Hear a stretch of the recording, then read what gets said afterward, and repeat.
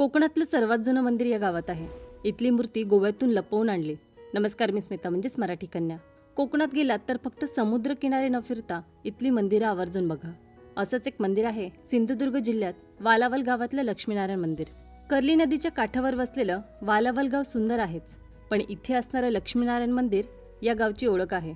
एका भव्य कमानीतून पायऱ्या उतरत आपण मंदिराकडे जातो. समोरच 5 मोठ्या दीपमाळा दिसतात. सभागृहात लाकडी बांधकाम केलंय. मंदिराच्या अंतराळात मोठे खांब बघायला मिळतात, ज्यावर बरीच शिल्प आहेत. इथली खास गोष्ट म्हणजे छतावर लाकडी शिल्प आहेत, ज्यावर वेगवेगळे देवता कोरलेत. गर्भगृहाच्या बाहेर असणारे रेखीव द्वारपाल आपले लक्ष वेधून घेतात आणि आत असणारी नारायणाची सुबक मूर्ती बघत राहावी इतकी सुंदर आहे.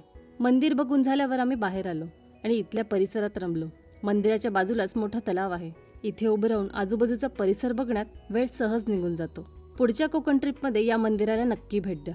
व्हिडिओ शेअर आणि रिपोस्ट करा आणि असेच माहितीपूर्ण व्हिडिओ बघण्यासाठी मराठी कन्याला फॉलो करा. भेटूया पुढच्या व्हिडिओमध्ये. तोपर्यंत ओके, डेटा बाय.